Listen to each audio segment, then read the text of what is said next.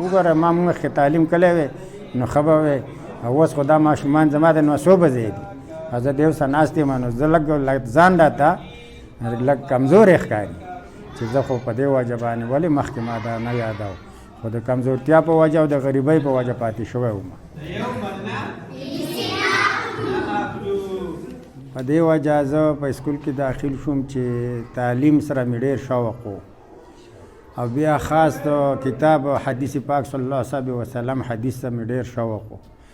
د دې په وجه باندې زه په اسکول کې ما ځان داخل کړ د استادانو سره مشوره وکړه دیو بیا مشوره راکړه چې راشه بیا دیو زه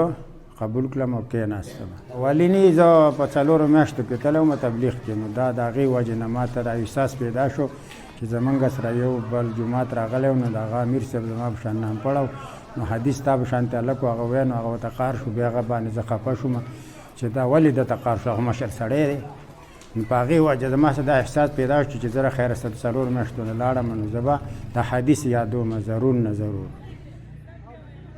نو کله چې دا سکول ته راغی نو الف باتا ورته استاذ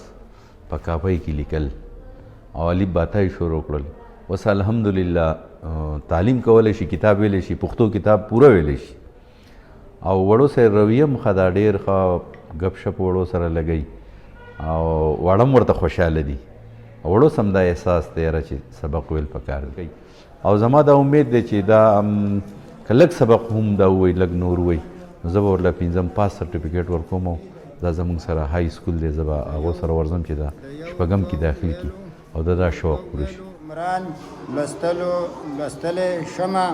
زیات نشم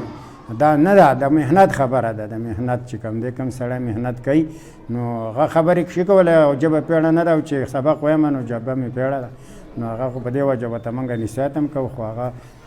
چا خوښېږي او د چا نه خوښېږي